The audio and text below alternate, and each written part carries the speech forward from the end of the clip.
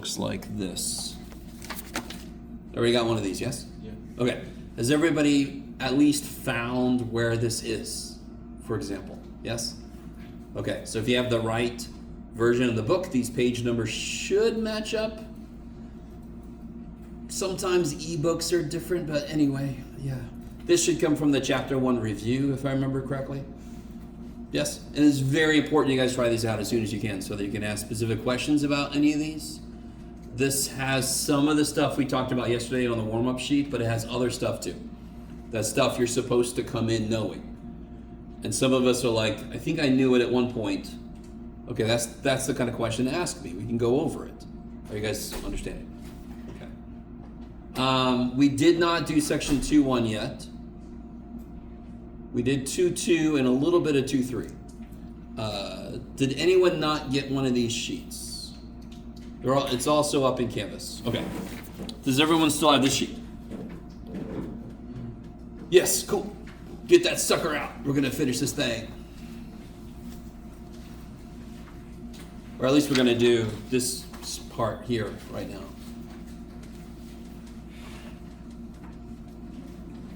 Oh yeah, that's right. Okay, good.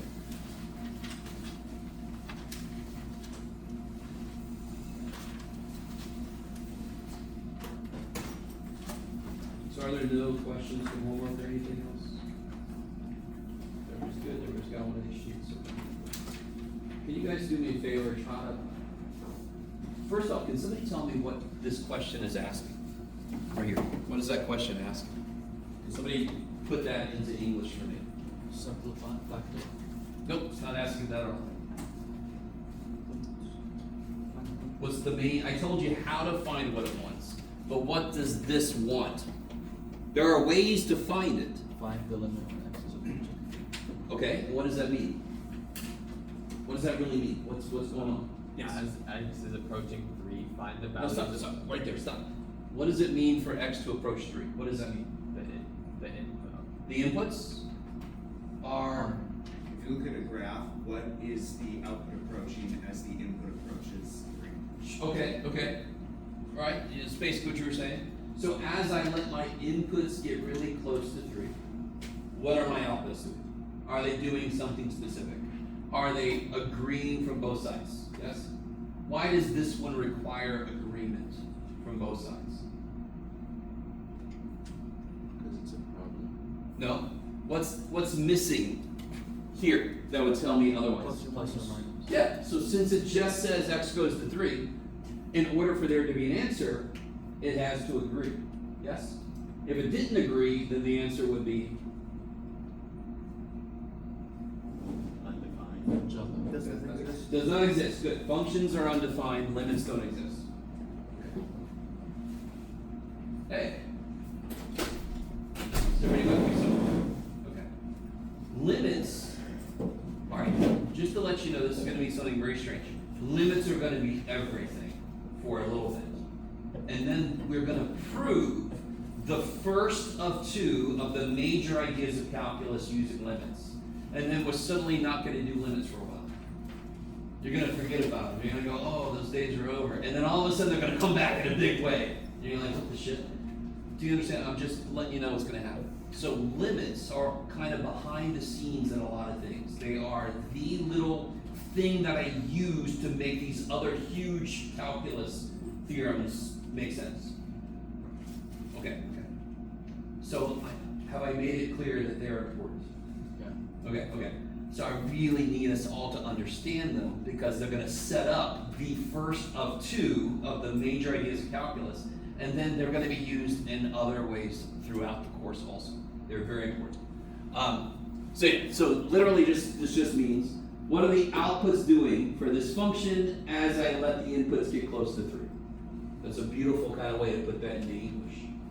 Don't just, if I say put this in English and you just say, well, what's the limit as x goes to 3 of that function? You just read it to me.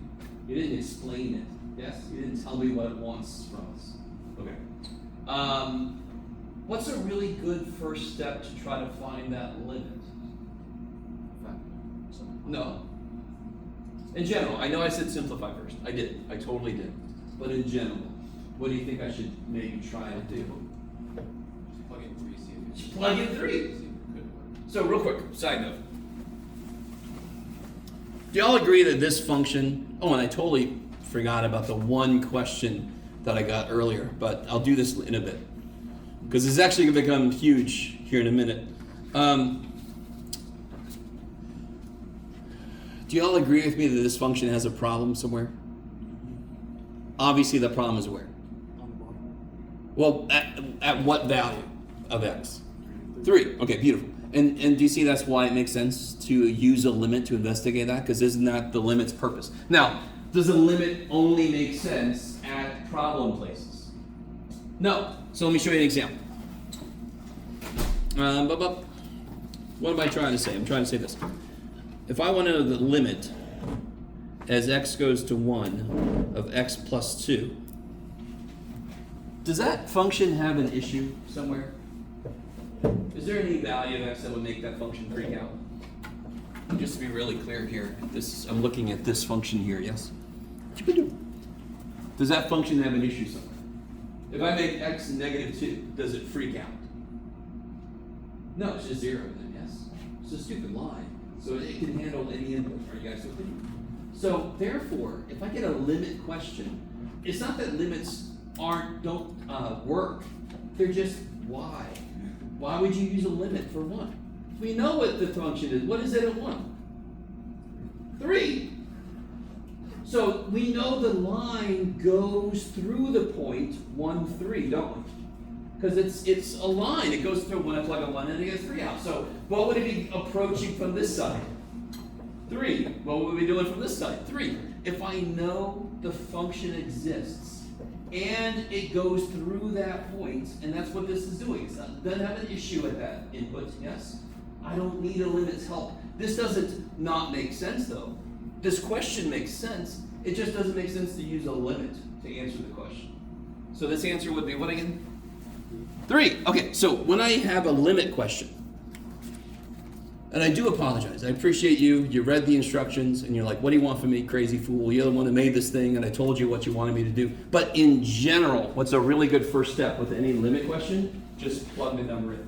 You know on the quiz that we're going to have this Thursday, by the way. I'll write that up in a minute. I'm going to put a question where if you just plug a number in, you'll get the answer. So don't start doing like all this crazy algebraic shit unless you get what we're about to get. Has anyone tried to plug 3 in yet? Has anyone tried to do that yet? What do you get when you do it? What do you get? 0 over 0. Is that an issue? Yeah. I'm going to write it like that. When I write a ratio that doesn't make sense in parentheses, I'm not saying it algebraically equals that. I'm saying it takes on that form. So that it's legal for me to write that. That's just the form it would take. What is 0 divided by 0? Infinity. Undefined. Indeterminate. Indeterminate. Because it's all of those things at once somehow. Or it's one of those things, we just don't know which. Or it's somewhere in between. Okay, stop there. Alright. So we could create a table of values and investigate this. But we're going to kind of quickly move past that because we can be a little more nuanced. You all have gone through algebra and pre-calc. We know some shit. So somebody already told me, what would this simplification look like here? 4 x minus 9. Yeah. Take a 4 out. Here, you guys finish this up. Go ahead and factor this. We'll do the first step here. 4. All right, keep going. Don't say anything. Just keep going. Do it yourself. I'll wait. Pretend like that says 9.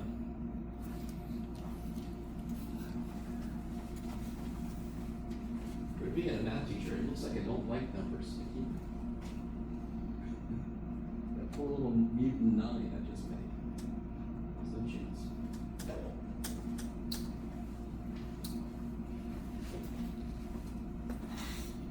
Are you guys starting to pick up that factoring is stupid important? Yes.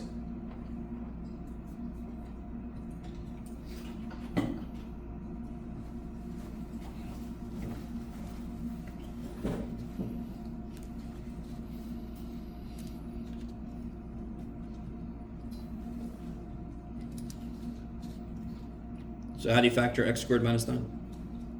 X minus 3x plus 9. And then what happens here? Cancel it out. Now, real quick, I really want to make a huge deal out of this. Why did this thing suck from the beginning? Because we articulate to me, when did we know that this thing sucks? When did we first know? Because what did we get? 0. Yeah, that sucks. That sucks huge. What is that? I don't know. It could be everything at once, Jeff. Excuse me. When we cancel, what are we about to do? Cancel the 1. We're going to kill the x minus 3's, right? Why am I allowed to do that? There is one value of x that I am not allowed to do that. I really want to make this huge of a deal. What value of x am I not allowed to cancel x minus 3 over x minus 3? You can do it. 0. No, but sort of. The number that makes both of them 0.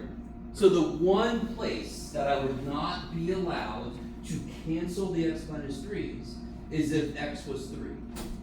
Can x be 3? What's the whole idea of a limit? X gets really, really close to 3. Does x ever equal 3? No. Do you start to really see? Limits are all about getting close to but not equaling a number. Why is that kick ass here? Because the only place I couldn't do what we all desperately want to do is if x is 3, but we've developed a process that doesn't let x equal 3. That kicks so much ass. I don't know.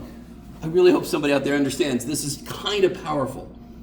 So I can do this all day. I can do that because x can't be 3, so it's always reducible. And what do I end up with in there? 4x plus 9. Yeah.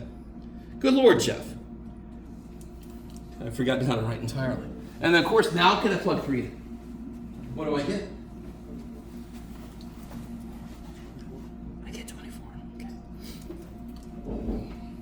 Do you guys see that? Is that cool?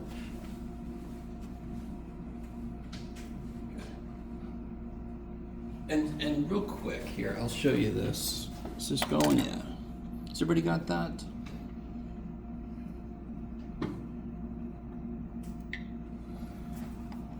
Not this boring stuff. Here. Is that our function there? Yep, yep. There's the point, 3 comma 24. It's an open circle. Everywhere except 3. What does this function act like? What did we just get when we simplified it? We got 4x plus 12. Do you guys see that? If I distribute the 4, you guys with me? So this acts like the line 4x plus 12 everywhere except at 3. Which means it acts like 4x plus 3 at this point. Yes, at that point, right there, right there. Right before the done circle. It acts like it right there, yes? And then it acts like it half the distance and half the distance. So effectively, when we do this algebraic reduction, we're doing exactly what we did when we got really close to a number. We just saw the pattern. When we just plugged numbers in. But we're doing it smarter. The algebra kind of says, oh, just everywhere it acts like this dumb line. So of course, if I just reduce it, I could just see where it's going to go. So there is a connection between making a table and seeing the values and seeing the pattern and the algebra we can do with an expression. They're both kind of doing the same thing, just the algebra is cleaner.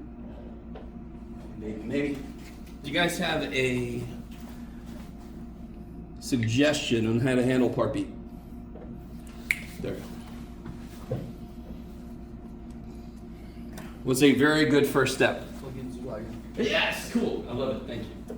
I was hoping nobody was going to say conjugate because I don't know if I can do that yet. I could plug a 0 in and get 7, and then I'm done. You guys understand what I'm saying? Always plug the value in first. See if there's even an issue. So what's the only time I have to do some weird algebraic stuff is if I get an indeterminate form. So, but unfortunately for us, what do we get when we plug a 0 in?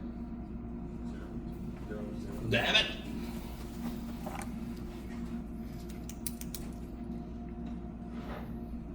Okay. That is the clue. That's the flag that says, oh shit, we got stuff to do. The Does anyone have a suggestion on what kind of stuff we should do? Yes, conjugate. So we don't always use the conjugate only if it's the bottom that needs help. Now you're starting to realize in calculus, I use it whenever I need to. Whenever there's kind of like that top is 3 minus radical, that means there's a conjugate for them. All right. So what are you going to multiply the top and bottom by specifically? 3 plus rad x. Yeah, 3 plus rad x plus 9. So go ahead and try it. I'll stand here and just be useless for a moment.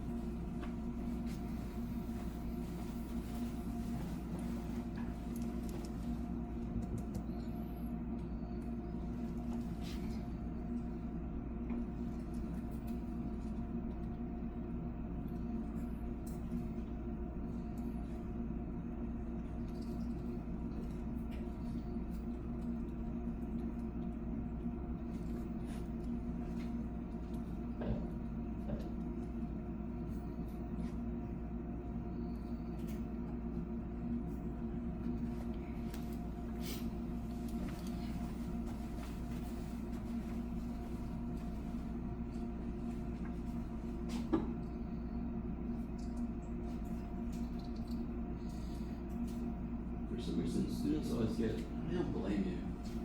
When you do the first step, right? And you do this here, hold on. Oh, you're behind. And then you look at this thing, and you're like, oh, fudge. Who cares? We developed it so the middle terms cancel. So all you got to do is 3 times 3 is 9. And then negative this times positive this. Half of x plus 9 times the other half of x plus 9 makes a whole x plus 9. So real quick, what's the square root of 11 times the square root of 11? 11. What's the square root of Jeff times the square root of Jeff? Jeff! Cool. So what's the square root of x plus 9 times the square root of x plus 9? X plus 9. I'm going to make a mistake. I'm announcing it. I'm going to make a mistake right now. I have made a mistake. I have made a mistake, and the whole thing's going to go to shit. I'm going to secretly wonder to myself, what is this shit? What have I done? What have I made a mistake? Yes? X plus 9 should be in parentheses. Thank you, guys.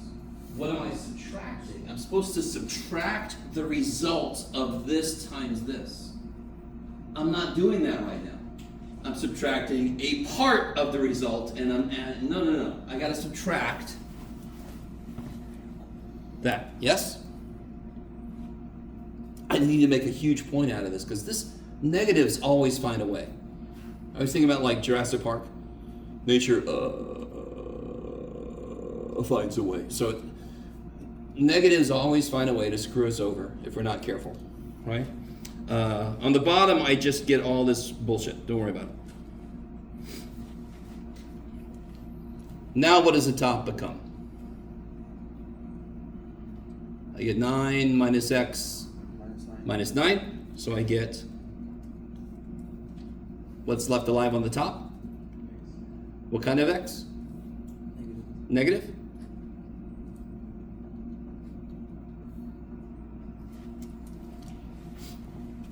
Can we stop for a minute? I want you to really absorb. Limits are new. Every other thing about this problem is old. This happens all the time. The higher up in math you go, the more old, easy math is in the middle of new, weird-ass math. Yes? What happens here that actually is exactly what happened in the problem we just did? And I want to make a big deal out of it. Just a second.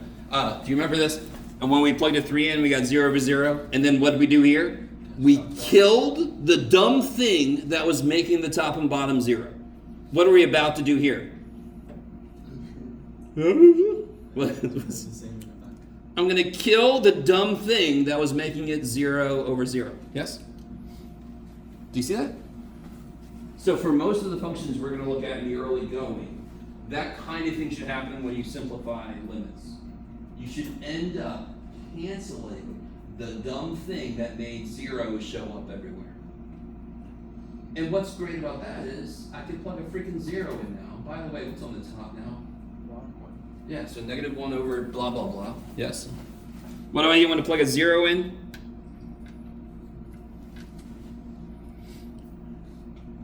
Plug a 0 in. Square root of 9 is? Plus 3 is?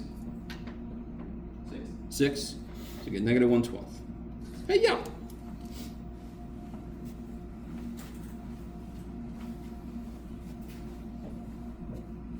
So if I graphed the original function, it would look weird. In fact, I should graph this one. This one should look neat. So everybody got that? Here, let me plot this in Desmos. You guys keep doing your thing there. Everybody at home, you can watch me do this. La la la la. Oh God. Oh shit. What is this? 3 minus square root x plus 9. Oh gosh. Over who? 2x. And then what was it? 0. Oh shit. 0. -1/12, right? Ha ha ha ha. Okay.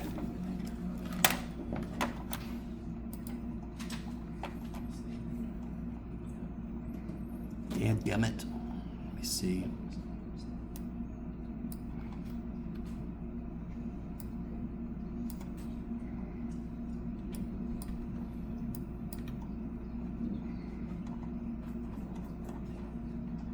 There we go. Okay.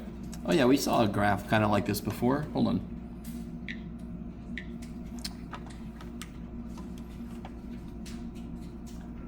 So there's the red line is the function itself. It's got a little bit of that square root shape to it, yes?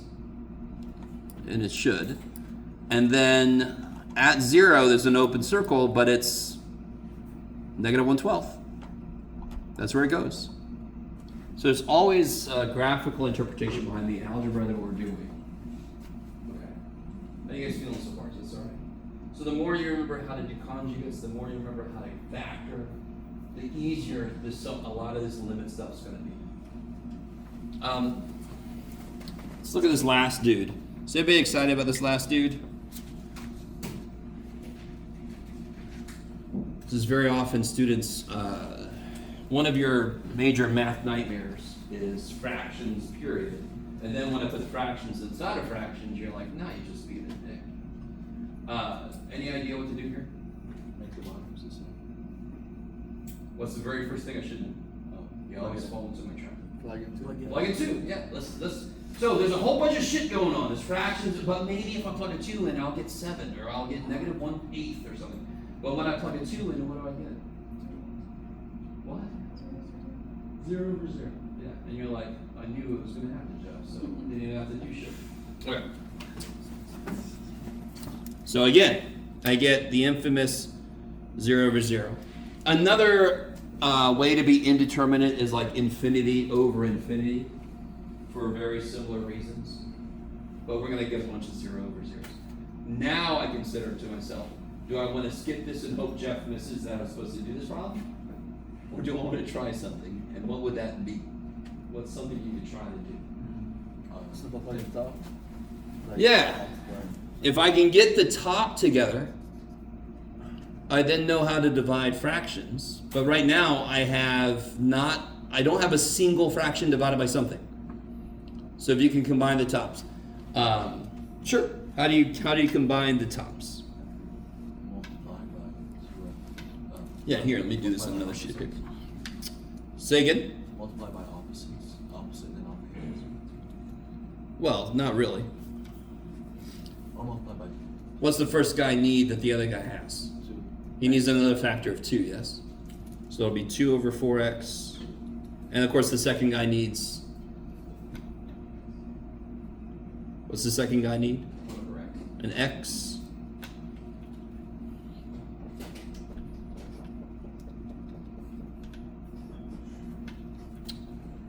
So much better, Jeff. Thanks, man. How do you divide fractions? You change Okay. No, okay. Keep change flip, sure. You multiply by the reciprocal.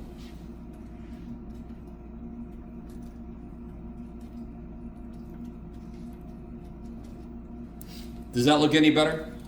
I mean, it looks a little better. At least you have two fractions standing next to each other instead of, like inside each other. It's a little weird. Well, what the shit do I do with this?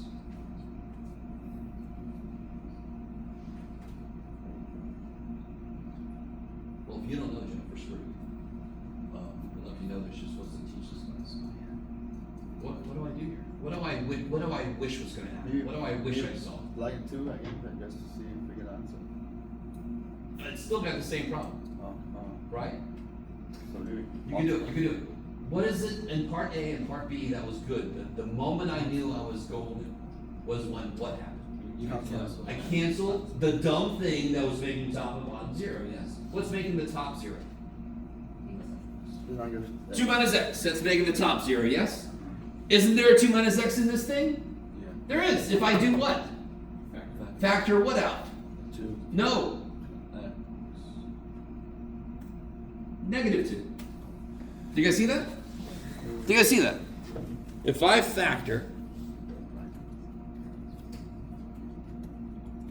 a negative 2 out of this guy, what do I get? What's negative 4 divided by negative 2? No. It's 2. And what's 2x divided by negative 2? And then what happens? The dumb things die. So then I get the limit as x goes to 2 of negative 1 over 8x. Oh boy! Today's class brought to you by the Optometrist of America. Do you guys see how the same kind of... Now don't get too complacent. The simpler the functions, the more this is going to happen. Where you just do what you can until you can cancel something. Right? So that kind of gives you an idea of what to do in weirder situations. You're trying to factor, you're trying to combine things, you're just trying to do something where you eventually get something that's going to cancel out. So you have kind of a goal, yes? Now what can I do that I've been trying to do the whole time? Plug in. Plug it. And I get... Okay. So there will be an open circle at 2 comma negative 1/16. One thing I really want you to realize is I keep getting 0 over 0 at the beginning, but the answer every time we've done it has been different. 0 over 0 literally means the answer could be anywhere from negative infinity to infinity. And that's why it sucks so bad. What if I got 1 over 0?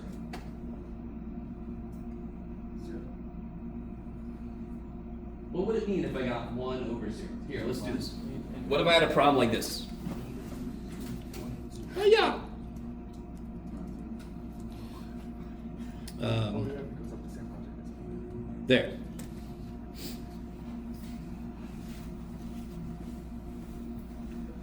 Underline. We could be more specific. In the tree. No. We could be much more specific. I think it would have to be positive. But yes, it would have to be positive. Totally. What happens as they get closer to 2? What happens to the bottom? Is the bottom getting bigger or smaller as I get closer to 2? If I put a 2.1 in, isn't this 0.1 squared, which is 1/100th? 2.01 squared is 1 over 100 squared. So what's the bottom doing? Getting very small. And what is something divided by very, very small? Very, very big. So in the limit that the bottom approaches 0, right? And somebody just told me it's positive from both directions, yes? So listen, in one sense, does not exist is the right answer, but it's not specific enough. I could be more specific. And I highly recommend that when you're doing these limit questions, you actually explicitly put a plus sign. Because sometimes little stray marks, and I'm like, is that a negative? So if I were you, I'm like, this is a plus. You know, you guys with me? Because obviously, the way to be the most wrong is if the answer is supposed to be infinity and you put negative infinity. That is the furthest away from the answer you could be. So I would explicitly put it no matter what. Okay. How you guys doing so far? You guys all right? We're going to look more at infinite limits in section 2.6, but I just wanted to show you this example. Just to show you the minute, here's what's funny. What did we call this form again?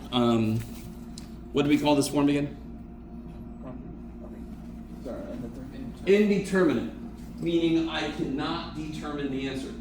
Anything that's not indeterminate means I'm done. It means I can determine the answer. Is 1/0 indeterminate? No. So I should be able to determine the answer then. I shouldn't have to do anything else. Do you guys follow? That's why I love the word. Sometimes we pick a good word. Most of the time we don't, as math people. Yes? But the word makes so much sense. If it's not determinate right now, I better do some shit. And that's what we did. We did shit, and then all of a sudden it became determinate. I could plug it in and figure out what it was. If it's not indeterminate, that means I can currently determine it. Therefore, I don't have any more work to do. I just have to figure out what it means. Okay, maybe? Maybe? Okay. All right. So, we will finish the sheet out in a minute. We just haven't talked about 2.1 directly yet. So let me talk about it directly. Oh yeah, shit. Hold on.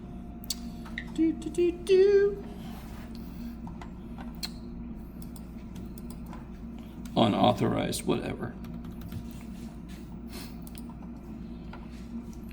That's me. All right, where did I send it to myself? There.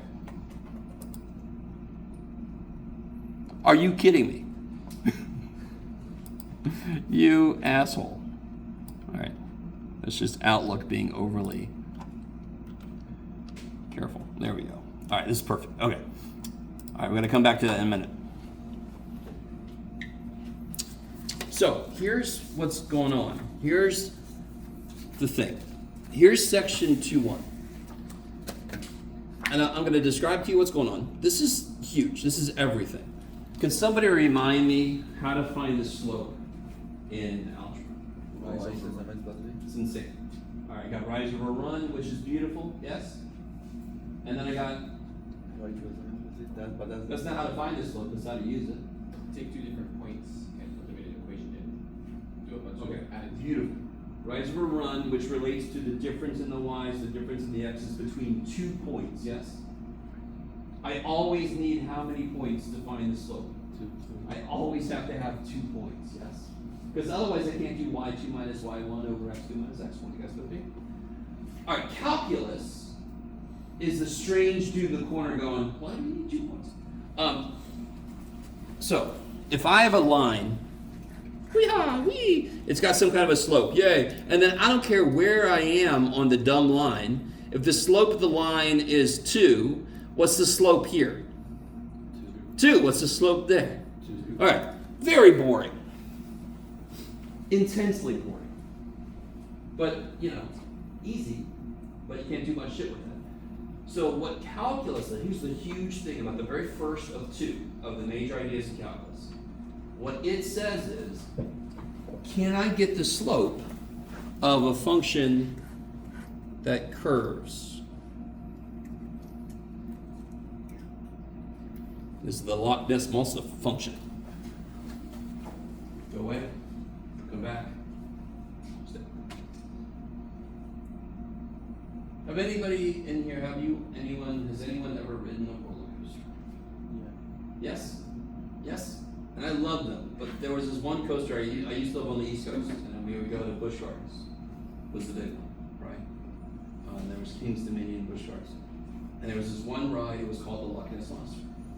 And I would get on there, and I was all excited, but the minute we started going up the first hill, I'm thinking to myself, what the shit am I doing to myself?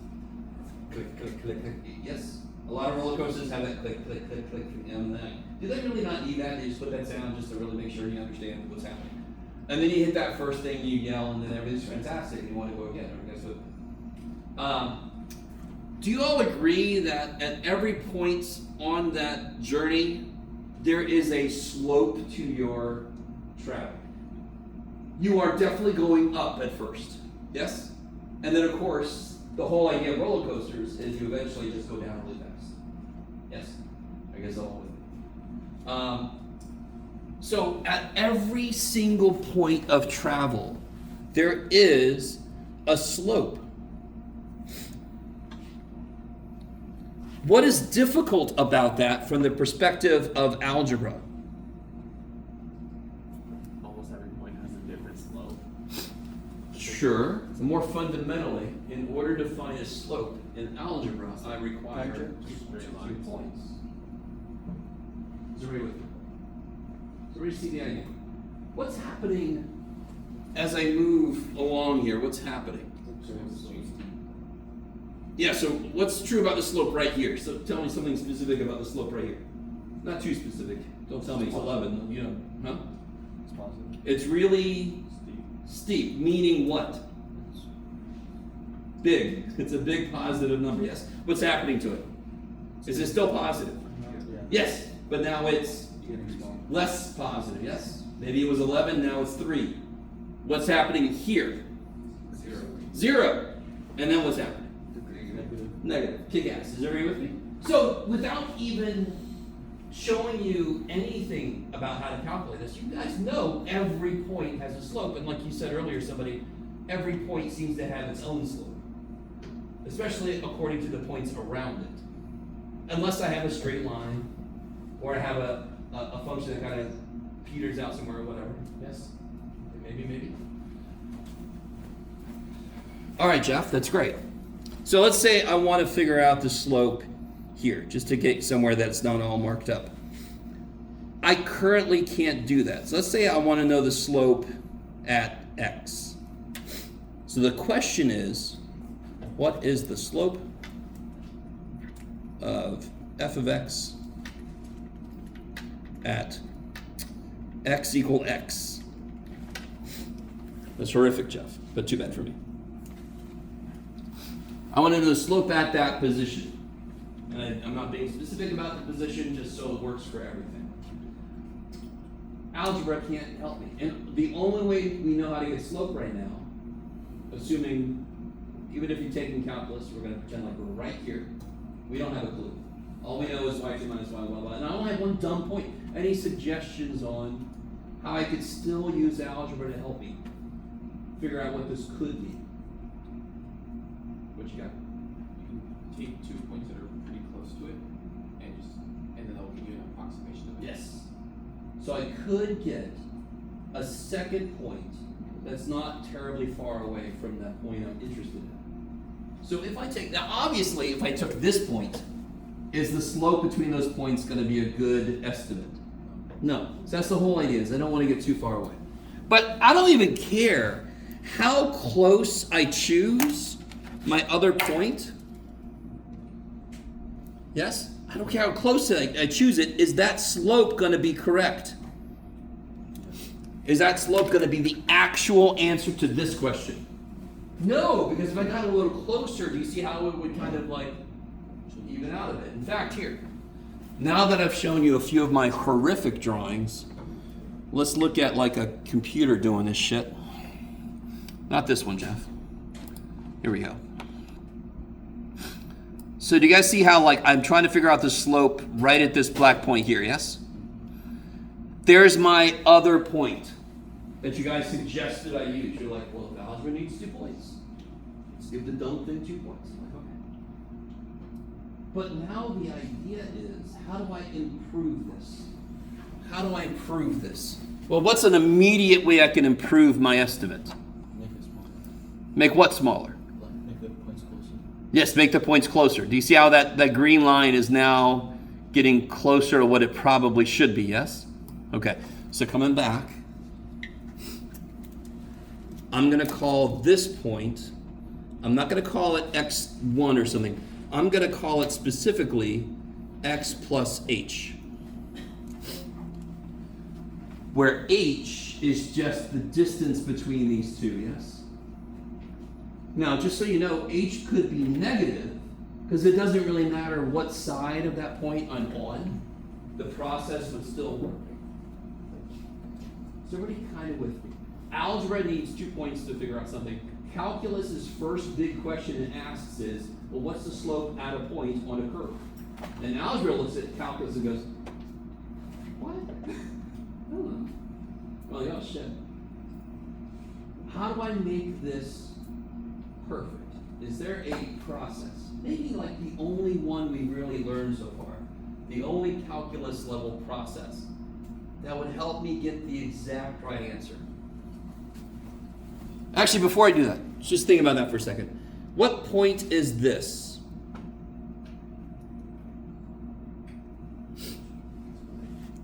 It's x plus h comma what? Y or f of x. F of x plus h, yes. Rest? So we write that better down. So I got 1 point is x plus h, f of x plus h. What's the original point?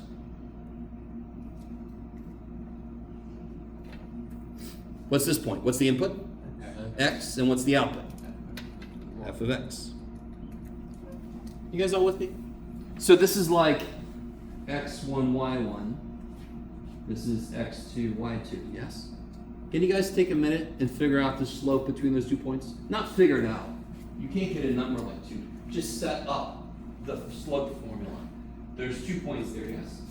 With your help, we figured out, let's use 2 points, because that's what we need. So go ahead and set up the slope for that. It's just y2 minus y1 over x2 minus x1.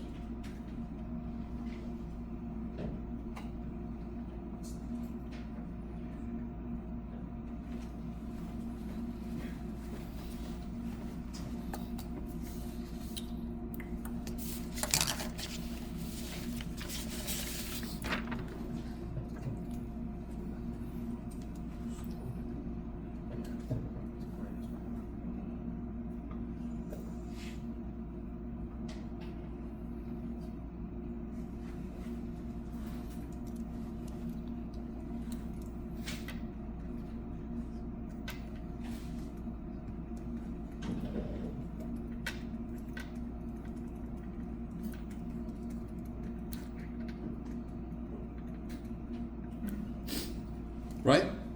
y2 minus y1. Output 2 minus output 1 over input 2 minus input 1. And of course, what happens at the bottom?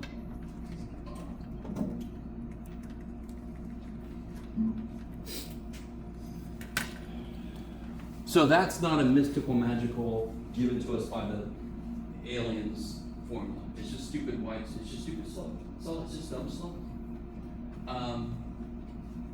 In order to make this perfect,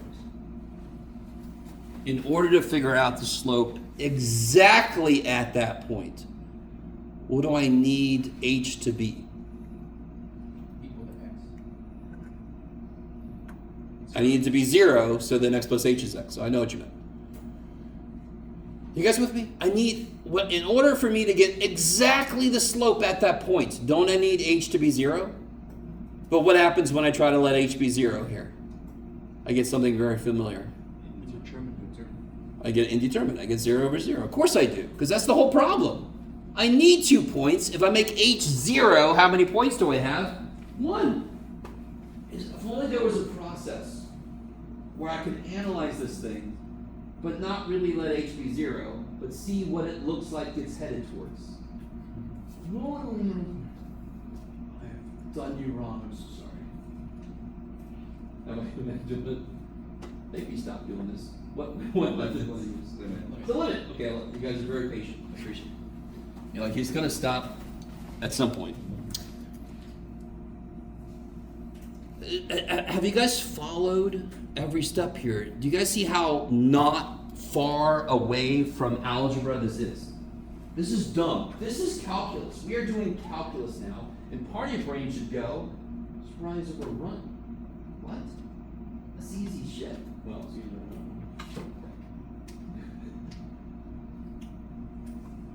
Alright, so to make this complete, if I want to know the slope at a point, we'll do this more. We'll do slope of f of x at a point Here, I'll make it even better. X equal A. And input.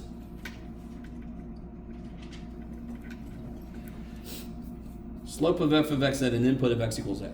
That is almost English. Here's the process. Gather x.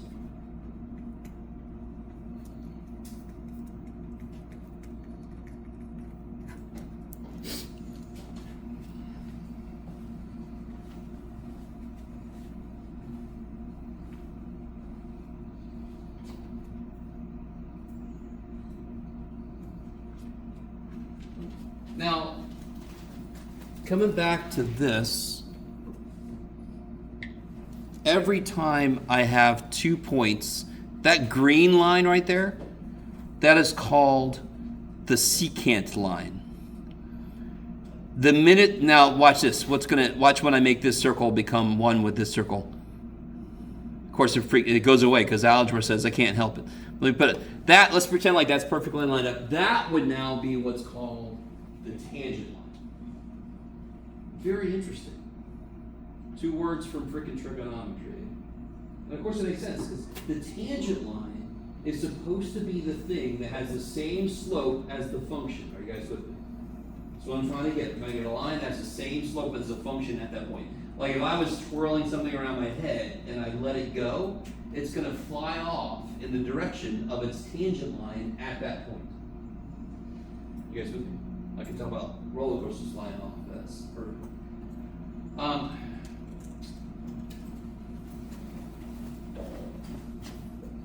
And of course, this would be secant line, tangent line. Yeah, there. Okay. So what we're going to do, what section 2.1 does, is it takes a step back, and it does it based on tables. So let's look at this. Is everybody got this here? The one we were just looking at a second ago. Has everybody got that handout still? Is anybody here right now that was not here yesterday? Okay. We dropped a few people. Oh boy. Okay. We're going to look at this one right here. Read through that. Read through the idea of what's going on.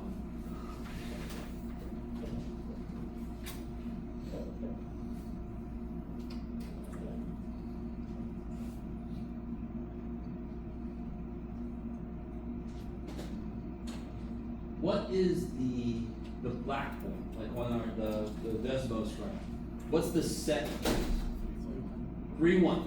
So we have a point already. That's like our x1, y1, however you want to look at it. Yes? How do we develop a second point? What if, for part A, part B, part C, each one is going to have a different second point. It's literally the computational version of what I was doing graphically when I slid the point over. Yes? 2.5, 2.9, 2.99. Just getting closer to 3, just like what I did visually a second ago. Are you guys with me? Do you all agree every single one of those problems, the devil inside, no, has 3-1 as one of the points? Just to get y'all started, what's the other point for part A? How do I figure that out? 3-1 is a given for every single problem.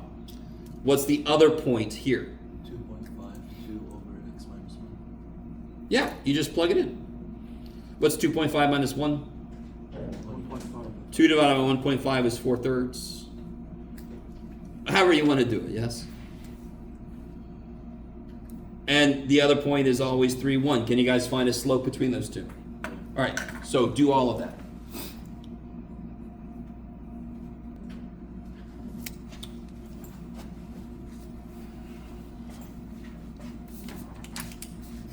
This would be, you could do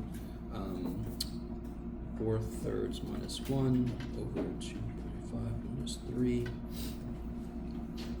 That would be 1/3 over -1/2, which comes out to be -2/3. Or you should have gotten like -0.67. Oh, Jesus. 166. Don't do this to me. It's dead, right? Is it dead? Has it been killed? Good. That one semester was... Anyway, I'm not gonna think about it. Did anybody else get that number? It's okay if you didn't, You because rounded I up, right? could have gone insane. Huh? You round it up, right? Yeah, it's my Yes, 6666666. Yeah. I just put negative 2/3. Oh yeah, you can do that too. In fact, that's even better. But just in case somebody got decimals, I want to see what it should look like. Keep going.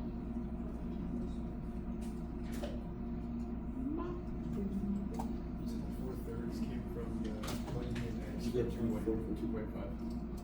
Yeah, total. So if you know the input, I can always find the output. Yeah, if I know the input, I can always figure out the output. Yeah. Are you in like signals? No, it's because My baby takes the morning train.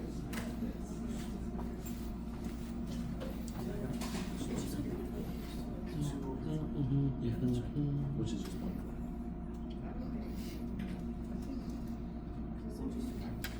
What is that? It should be 2019s, which is roughly. Pretty sure you guys probably did decimals. I'm not going to do decimals.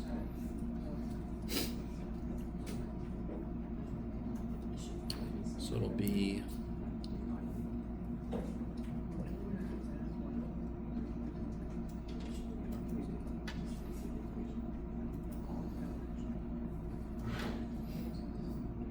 Oh, where did the 3 come from? Oh yeah, that's right, Jeff. I'm being silly. That'd be negative 1/10, which becomes negative 10/19, which is roughly 0.503 or something. Yeah. Is it? Yeah. Sorry. Sometimes I surprise myself. Oh, wait, for B? Yeah. Oh, for B it's 0.526. 2.6. Damn it. For C it's 0.0. Okay, gotcha. You guys get that? 0.526 roughly? Okay. And do you guys start to see the idea? And you guys might realize why I only assigned like 5 or 6 problems out of the section, because each problem has like 6 parts to it. You know what I mean? I'm not gonna. At some point, it just becomes busy work. But I really want you to, in your head, can you see yourself as you're doing this? You're dragging that 1 point closer to the original point. That's what you're literally doing. Just computational instead of graphically. Oh, let's see. This will be. What is it, math boy? I don't know. Leave me alone. 199. So it'd be 200 over 199. So the slope would become 1 over 199 over 2.99 minus 3, which is going to be negative 100 over 199, which will be, now that's negative 0.503, right? Roughly, something like that. So what do you guys think? What do you guys think? It's approaching 0.5. What do you guys? If you only did this, you wouldn't have a clue what it's trying to be. I need you to really understand what I'm saying, because a lot of people try to shortcut this process. Without these 3, I can't really see the pattern. Do you guys see how it changed a decent amount from here to here? Did it change much going from here to here? And then it should change even less if that pattern continues, yes? And I don't see any reason not to consider that pattern is going to continue. So what do you think this is trying to approach? Negative 1/2. That would be the best guess I could make. Could it actually be negative 0.5000002? Yes, but based on our work, it looks like negative 1/2 would be a good approximation. Down here, what am I doing down here? It's going up to. Yeah, so visually what I'm doing is, we did this right now. We approach from below, and now I'm trying to approach from above. What is that equivalent to that we've done before? finding the limit from both directions to make sure that it actually agrees. If they disagree, I'm screwed. Okay, maybe. So just to kind of go through this a little bit quickly, this would be the point 3.5, 0.8, I think, 4/5. Is that right? What is it? 0.8. Yeah, 0.8, yes. So then, and the other point is 3.1 always. So then I would get 0.2 over negative 0.5, which is negative 0.4. Is that right? Yeah. Look at me go! And then this would be 3.1 comma 20 over 21. So the slope should be, oh, and the other point is 3.1. 20 over 21 minus 20 over 21 is 1 over 21. 3 minus 3.1 is negative 0.1. That would be negative 10 21sts, which should be roughly negative 0.48 something. Yeah? 476. 476, I'll take it. Are you guys with me? We're doing the exact same shit. Yes? And that's why I don't assign a lot of these, because after a few of you are like, I get the idea. And then finally, this one would be the point. What do you got, math boy? 201, so then it'll be barf. It'll be 200 over 301, I think. And so 3.1. If you do all the work, you should come up to be from negative 0.497 or something. Yeah. Is that right? Yeah. So are they agreeing from both directions? Does it look like they're agreeing from both directions? When I take the limit from the right and the limit from the left, they're both approaching 1/2. So what's the answer to part G? Yeah, negative 1/2, yeah. Now, I'm gonna push my luck here. So, let me stop right there. That is section 2.1. Effectively. That is section 2.1. You're gonna have a bunch of tables. I didn't really make this into a table. In fact, it's better if you don't, to be honest, because there's a lot of kind of work that goes into each. It doesn't become a clear table. You have to do all this slope work.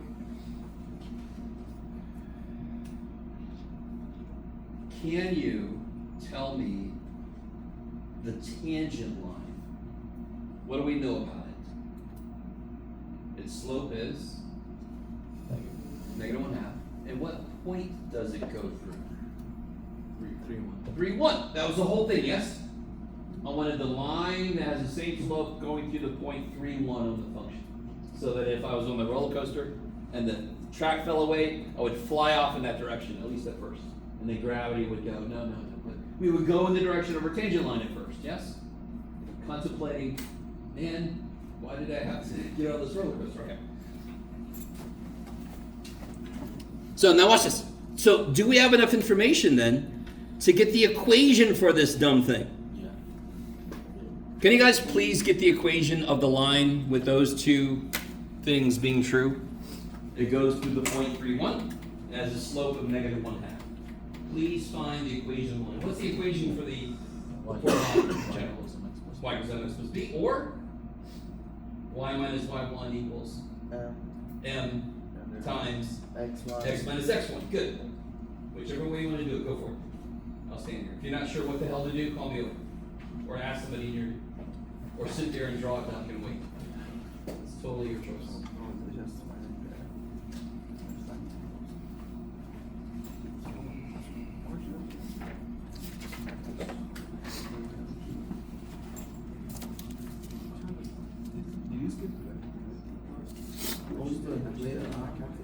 Just to really be clear, Jeremiah Hundley is not here. Is that true? Jeremiah Because I do like just and Marcel Razuki and Aiden Reinhardt. Not here. Yes. Okay. All right. They will be dropped.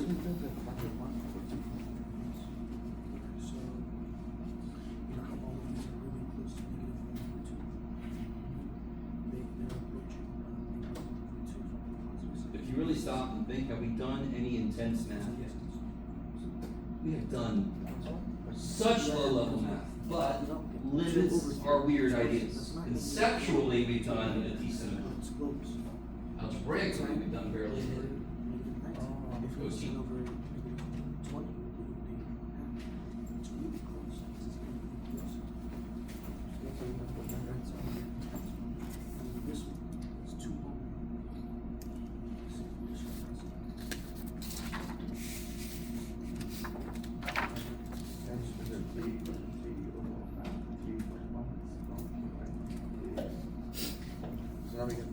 So you could do this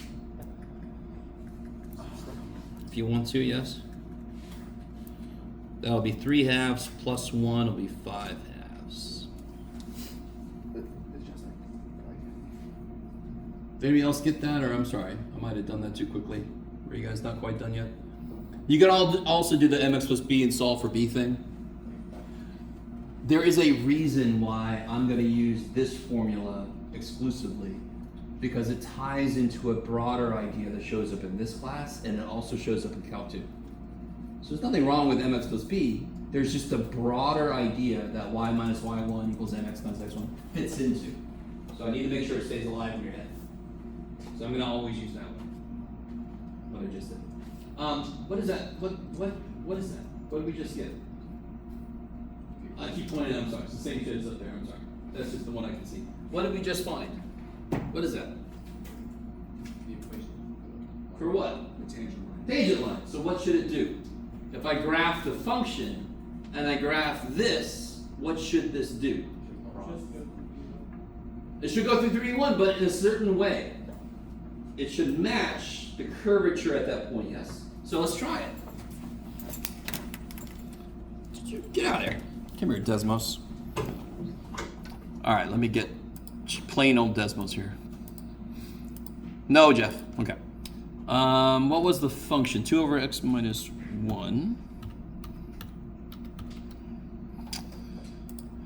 And what was I doing again? Oh, there it is. Negative 1/2. No, stop it. Plus 5 halves, yes? All right, and then I'm in a weird, oh boy, I'm in a very strange viewing window. Ooh, look at that. Guys. Jeff, shut up. Is it 3-1? Yes. Is that doing what it looks like it should be? In fact, let me do this. Something I should have done before. If I was a better teacher, I would have done it. But, oh well, you're stuck with me. Do you all agree that curves? Okay, good. Does that look like it's curving anymore? Okay. Henceforth, if no, not henceforth. Hence, if there are any flat earthers in here, first, you're in the right place. Secondly, they do exist still. I don't know if you guys know this, but that pretty much explains why it's bullshit. We're really, really close to the graph, the curve of the Earth. So of course, locally, if I have a nice curve, if I zoom in on any piece of it, it's going to eventually look like a straight line. You guys kind of with me? Now I'm going to turn the tangent line back on.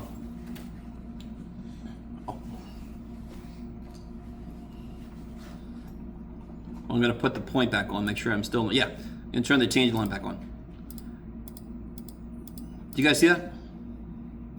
If I zoom in a little more. You can barely, do you see what I'm saying? So if I zoom out, then I start to see, look down, watch down here at the bottom. You can start to see it, and then at the top, it starts to disagree, yes? But locally, a well-behaved function, and we're going to define that better when we learn a few more things, but a function that doesn't do weird shit or go crazy, or locally, it's going to be linear. If I zoom in on a well-behaved function, it's going to be linear. All a tangent line is trying to do is say, what does this dumb thing look like really close to that point? That's why if I zoom out, the tangent line suddenly is dumb. I mean, would you say that that's the same as that? The black line is the same? No. But locally, they're like exactly the same. Look at this shit. Look at that. They're the same. Okay, that's going to become huge. Obviously in this class, but also Calc 2 that becomes stupid huge. because then we start to wonder, why is this never going to work? Why would a tangent line never fully follow a curve? Because the tangent line doesn't curve. So then Calc 2 says, what if we let it curve? Could it follow it for longer? Well, yeah, it makes sense. If I could let it curve, it could follow it for longer, yes. Okay, that's a little teaser for Calc 2. If you're never going to take Calc 2, you'll never know. I'm sorry, too bad. So then take it, you'll find it. How do you guys feel about what we just did? We found a tangent line to a function using computation. And then just some algebra. And then sure enough, it does exactly what it should do. Touch that function right at that point with the same directional motion. At that point. Okay, so let's do this. Let me make sure everybody saw this thing that I had up here a second ago. Where'd I put you? There it is. I still got to come back and answer the question somebody asked earlier. I'm really sorry, I forgot. I'll do that after the break, I think. And this Thursday, quiz chapter 1, 2, 2, 2, 3. Yes? Okay. 2-1 is the one we're doing right now. So I'll figure I'll hold that off for a bit for you guys to catch up on homework. So let's take a break.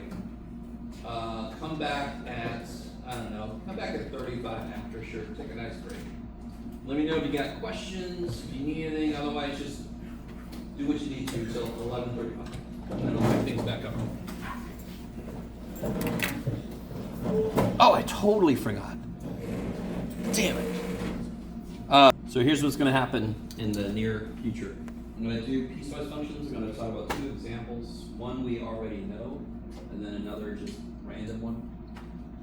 Then we're going to take a little field trip, see a few key locations, and then we'll come back and we'll go as far as we can in chapter 2. See what happens. What is absolute value all about? Sure. Steps away from 0. Does it always do the same thing? Does the absolute value always do the same thing? Yes. What's the absolute value of 7? 7. What did it do? Did it do anything to 7? No. Nope. What's the absolute value of negative 3? 3. What did it do? Changed. Did it do something different? So let me ask again, does the absolute value always do the same thing? Does the absolute value always do the same thing? Nope. It didn't do shit to 7, but it completely changed negative 3. Yes. If it disagree, then negative 3 is very different from 3. It's the difference between owing somebody $3,000 and them owing you $3,000. Yes, it's a big difference. Okay. Absolute value, personally, I think, I wish we had never invented the null thing. It should have always been an explicit piecewise, because it leads to a lot of misunderstanding. What is the absolute value of x? It cannot be x. The answer is not necessarily x. Because again, remind me, what's the absolute value of negative 7? What did I make x equal to in that statement? Absolute value of negative 7. What did I make x equal to? Absolute value of negative 7. What did I make x equal to? Negative 7. What was the answer? 7. Was that equal to x? No. Yeah, okay. So is the absolute value of x equal to x? Not necessarily. When is the absolute value of x equal to x? If the number I feed it When x is greater than or equal to, because what's the absolute value of 0? 0. Alright. So really what I'm asking is, when does the absolute value do nothing? And when does it do something? So we know it does nothing. It actually leaves it alone. I think I'm going to put this in order here. On the second line here, I'm going to put x if x greater than or equal to 0. So the absolute value of x leaves x alone if it's already at least 0. What does it actually do mathematically if I plug in a number that's less than 0? Specify -1. Yes. The absolute value of x equals negative x if x is negative. Students trip up sometimes when they see the explicit negative sign, but if x is negative, what is negative x? Negative times negative. Okay, sweet. Yes? Okay, like it. That is an implied piecewise function, which is why it gives students so much trouble. Because we're not being explicit in the fact that this dumb one function does two different things. I hate that. Okay. What does this look like? What's the graph of absolute value? You guys should know. It's sort of like a parabola, except it's not curvy because it's not squared. Yes? So it has to turn. It goes, I'm great. Oh, shit. So it can't, bless you. It can't, bless you, because it's just a graph. It can't go negative. So of course when it's zero, it's going to turn. But what's actually happening here? What's the equation of this line? 1, 1, 2, 2. Y equals x. That's this. What's the equation of this line? Y equals negative. That's this. Yes, you guys see what I'm saying? So you've known to shape the absolute value forever. I just don't know if anybody ever showed you why it actually looks like that. One half it's the negative slope because it's got to change the sign. The other half it's the positive slope. Okay. So that is a very simple, silly absolute value piecewise function. Does it have any points that it's not? How do I say this? Do you remember how we talked about jumps and removables and stuff like that? Does it have any points like that? No. So let's do another piecewise. It's a little bit freakier. What you got, Jeff? Let's do 4 minus x. If x is less than or equal to negative 1. Square root of 1 minus x squared. If x is between negative 1 and 1. And then, now I gotta be careful, damn it. Okay. X minus 1 squared if x is greater than 1. Oh, joy. So if you have to graph this thing, we have to graph this thing. How many functions do I actually have to graph? 3.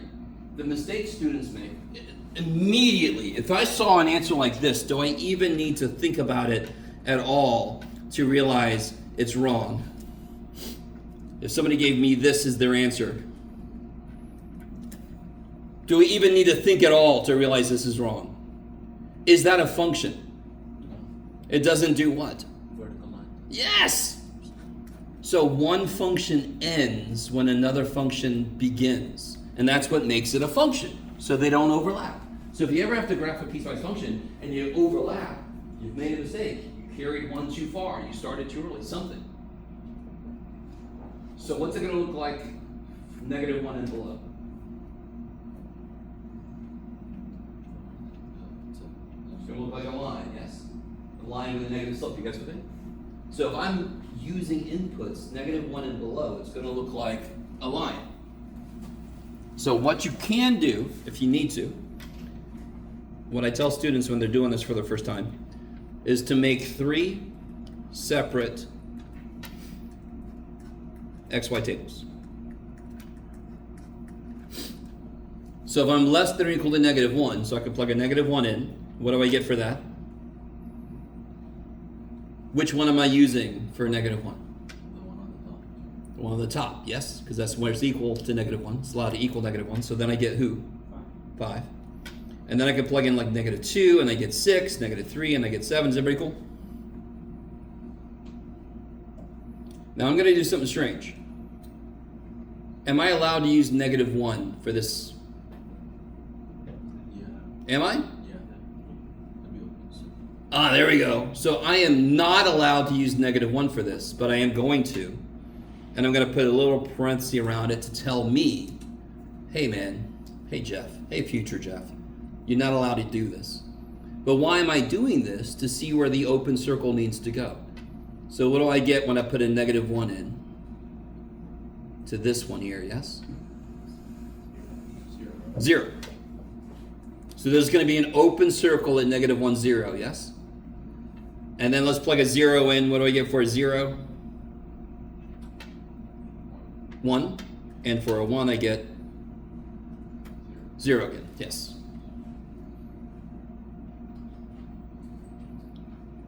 Does anyone know what that actually looks like? Yeah. Is that- Yes? What's it look like? No? Is that Yeah. the top half of a unit circle? It's the top half of a unit circle. A circle is x squared plus y squared, and a unit circle equals 1. If I solve for y, I'm going to get square plus or minus, so plus would be the top half of a unit circle. Kick ass. So what am I going to do for this one? What's the first thing I'm going to plug in?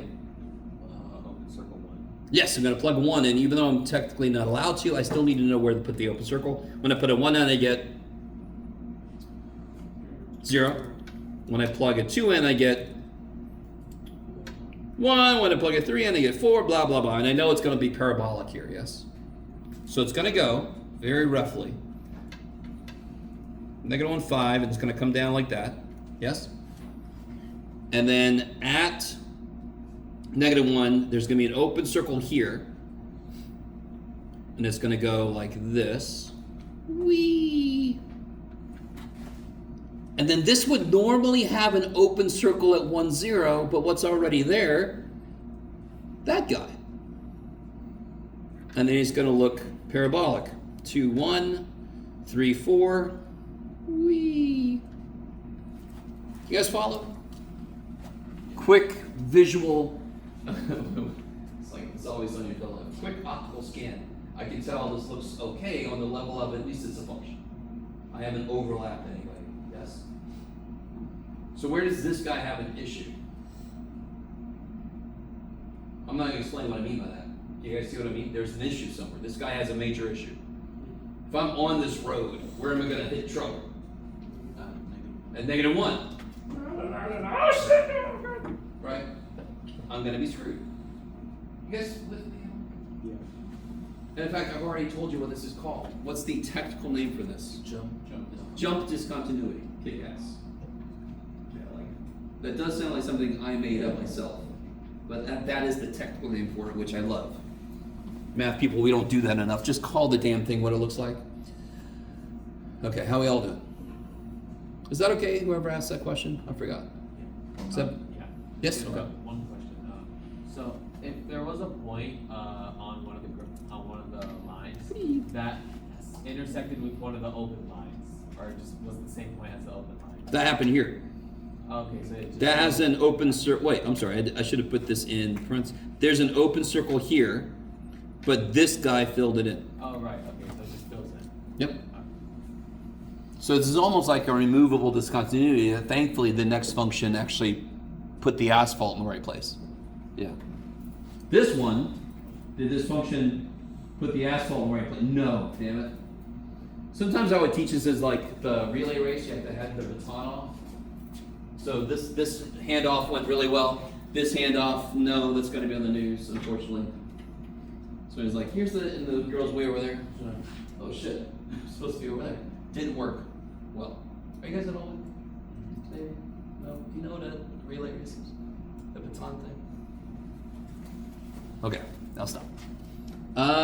So let's do this. I can lock these doors. So, are there any questions on this problem here? Okay, yes. How did you know where an open circle is? Oh yeah, because right here, this one is interesting because one side was an open circle, one side was closed. And it's all because of the fact it's allowed to exist at 1 but not at -1.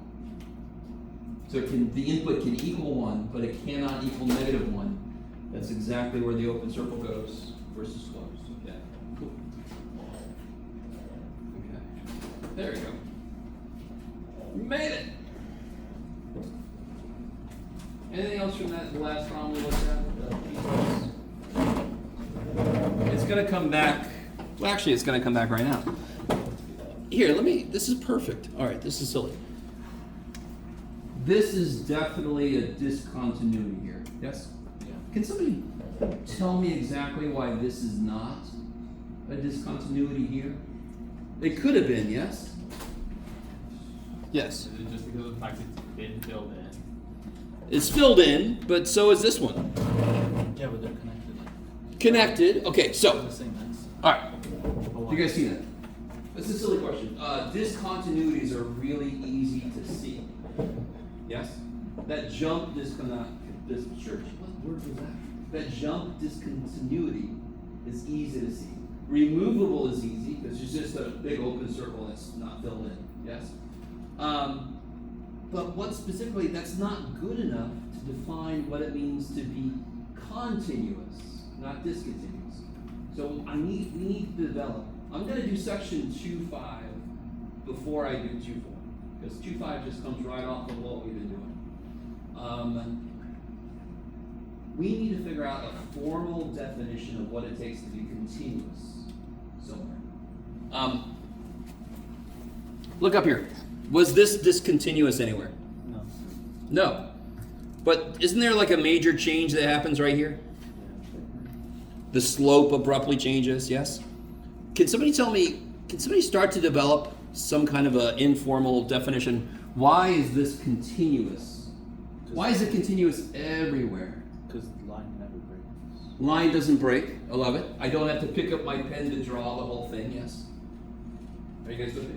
Yeah. So a very informal definition would be, if I can draw it without having to pick my pen up at all, I'm golden. If it has a hole somewhere, I've got to kind of like pick it up to draw the circle. I'm going to keep going, yes. If it has a jump, I obviously have to pick my pen up. Okay, so let's make it even more formal.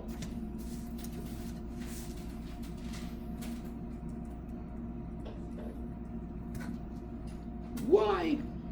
Little dude.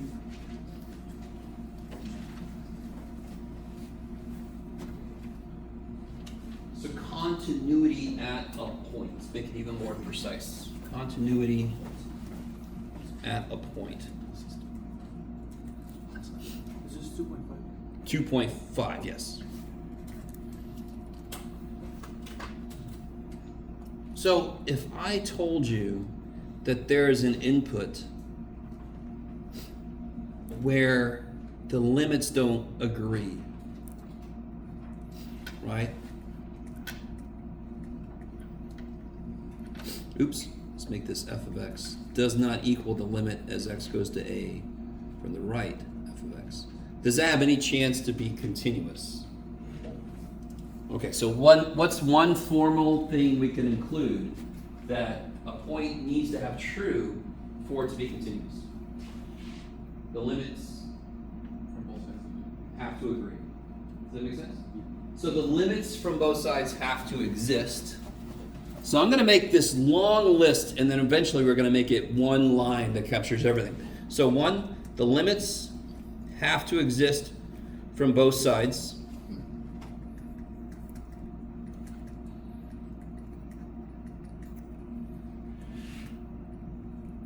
They both must exist. That's not good enough because here they both exist, yes?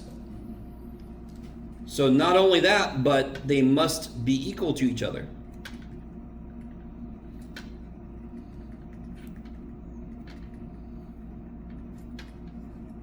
Now, is that good enough for it to be continuous at a point? So let me draw a picture, what we have so far. I have a function where the limit from below is equal to the limit from above. Is that continuous? I didn't draw it very well. That's the least surprising statement I could ever make. There. Do you agree that the limits from both sides agree? Is it continuous there? Why not? There's a freaking hole. There's a break. There's a literal break in the road, yes? So that's not good enough. What we've written so far is still not good enough. Not only must they agree on where it looks like they're going, what else must be true? How could you salvage this dude and make it continuous? If we were a competent road crew. Fill in the hole. Fill in the hole, yeah. So the third requirement is the limit as x goes to a must actually equal f of a. Now let me just let you guys think about that.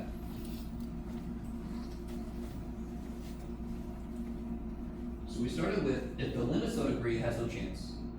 because I'm gonna have to pick my pen up. It's got no chance. So the limits have to agree. Okay, the limits could agree, but it's got to, okay, all right. So the limits have to agree on where they're going, and the dumb thing has to actually get there. Yes? So we're marrying the two kind of versions of this that we've been doing. The limit doesn't care what's happening there, and the function completely only cares about what's happening there. If I make those two equal, then it's continuous.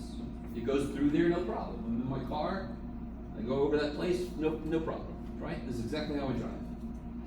So if you see me on the road, just let me go. Let me get that. Okay. Are you guys settled with me? And by the way, this, what does this by itself mean? That this equals a number. What does that take the place of that I've already written? The plus and minus. Yes, this takes the place, the fact that this equals a number, that means both sides agreed, they both exist, they both agree. So does anyone notice, if I only say this, that inherently means that it's continuous? Because that means limit as x goes to a, it doesn't have a minus or a plus, so it means from both sides. They from both sides, it goes to the same place, and that equals the function value there. So that means the limits exist, and they're equal to the function value there. I could just say that one dumb thing, and it means everything we've written so far. You me. And I want to say this one more time. Limits are all about where it looks like it's going. Function values are about where it is. If it gets to where it looks like it's going, that's continuous. So it's just putting those two kind of separate ideas together. Okay. It's almost too nice to believe. I'm hoping. So there's a certain kind of discontinuity I don't think I've discussed. Maybe I did. I mean, I've drawn it before, but obviously, is this discontinuous? At 3. Is that continuous or discontinuous? Yeah, well, here, real quick. What's the limit as x goes to 3? We don't know. Yeah, it's infinity. Why is it infinity? What's the limit as x goes to 3 from the left? Infinitely. Positive infinity. What's the limit as x goes to 3 from the right? Negative. Positive infinity, not negative. It's not going down. So do the two sides agree on what kind of not existing they're doing? It's a very strange thing I just said. The answer to this question is not does not exist. It's not good enough. This is a more specific way to say that. In fact, what did I say earlier? Yeah. Make the plus definitely there, so I don't accidentally see a straight mark and think you meant minus. All right, let me stop for this. Everybody with me? The little volcano. So this is a discontinuity. Why exactly? The limit agrees from both sides. But does the limit exist from either side? No. Also, does the function value exist? What's f of 3?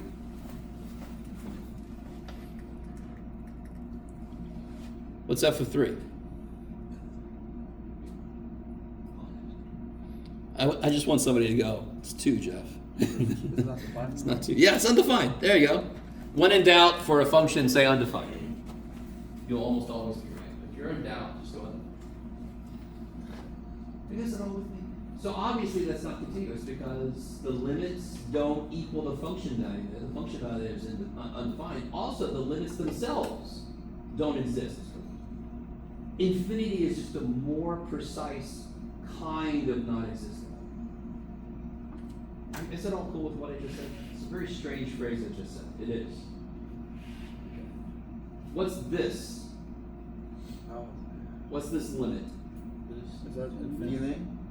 That strictly does not exist. I can't be more precise about it because they don't even agree on how they don't exist. This is infinity. This is negative infinity. Those are both kinds of does not exist. This does not exist. It doesn't even agree on how it's not existing. I don't know if you guys are with me. Okay, maybe. Okay. I can never tell if somebody's just shaking their head like, just keep going, Jeff. All right. Okay. Do I need... I want to give you this. You're not going to believe it. I got a handout. Yeah. this is plenty good enough. Oh, one more thing. Does anyone know what this is? All right, 2 questions. Why did I put the plus sign there? Did I have to? That we're gonna approach from the right side? Why did I have to? Because there's no left side of that. Yeah, can natural log handle negative inputs? No, there's that hard vertical asymptote where it doesn't exist on the other side. I can't raise a number to a power and make it become negative. You guys look. E to no power is negative. I can't even make it become 0. Yes. Second question is, what is that? Pretty much just gave the answer away. Natural. That is natural log. But what's the limit? What's a natural log look like? Can somebody graph it in the air for me? No, that's exponential. I appreciate it though. That's close. It's the inverse. That's exponential. I'm not sure what just happened over there. That looks almost right. I'm sorry. It's like, goes like this. Yeah. So it goes like this. So if you could do an exponential, just flip it to become a logarithm. I think this should be right from your perspective. Yes. And what's going on here? Going where? Negative infinity. So what's that limit? Negative infinity. So listen, I wore this shirt. Okay, I will be very honest with you. I didn't even think ahead of time why I should wear this shirt, and now I'm like, oh, good thing I wore this dumb shirt. The more you know. Did I wear that shirt? I did. The more you know what a function looks like, the easier all kinds of stupid questions are going to be. Especially questions like this. If you know what a natural log looks like, you know there's a stupid asymptote goes into infinity at 0. Okay, that's an easy question then. That's why pre-calculus. What's the big thing pre-calculus? When I teach pre-calc, who are my pre-calc students? I'm pretty sure I said to you that it was graphing hell. That should have been the subline, what is tagline? Pre-calculus. This time it's graphing hell. Because what's the purpose of pre-calc? It's supposed to make you analyze the hell out of graphs. So when you get here, you can make a rough sketch very quickly. You can just think natural log and see it, and then answer a dumb question like this, because you know what the thing looks like. You know what its major components are. Are you guys with me? So if you forgot some of the shapes of functions, I'm telling you right now, you should study them. The more you know, the easier a lot of these questions are going to be. So this is negative infinity. What about this?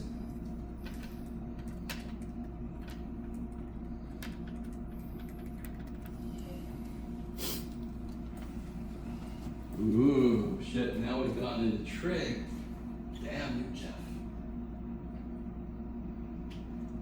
Hopefully nobody's friend told them there's not much trig in calc.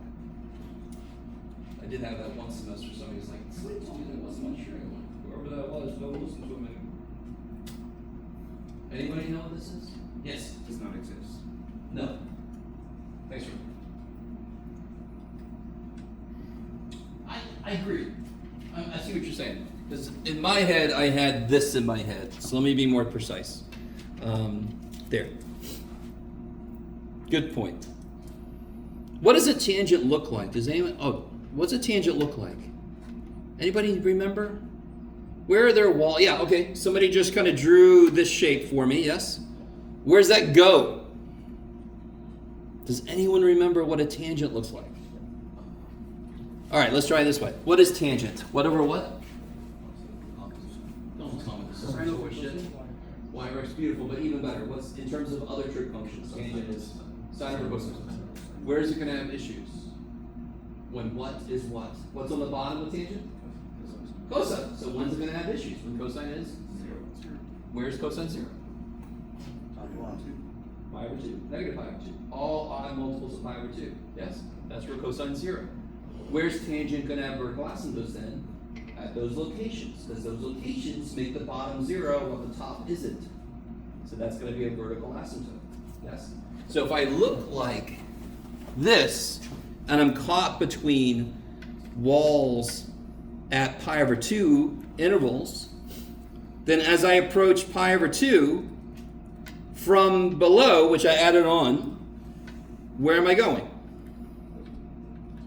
Positive. If I said from above, it just repeats. So from above, what if I'm approaching pi over 2 from the right? Where am I going? Negative infinity. Okay, good. That's another illustration. The more you know what the graph looks like, the easier these questions are going to be. Okay. Now it is true. You have a graphing calculator, so you could just plug the damn thing in there, but try to make sure you know yourself. Okay. Yes, okay. And then I think, yeah, one more example, and then I'll give you this worksheet. What was the type? Oh, yeah. Yeah, perfect. What about this here?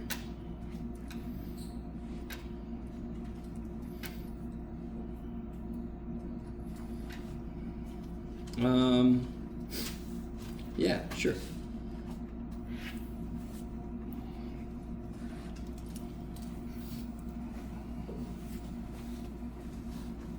Obviously, what's the most obvious thing about the function? Plug in. Huh?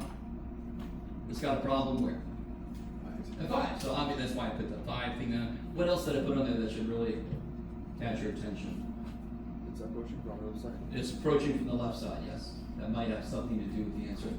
What kind of numbers then will this limit be plugging in to evaluate it? I'm approaching from the left of 5. So give me a number you would plug in.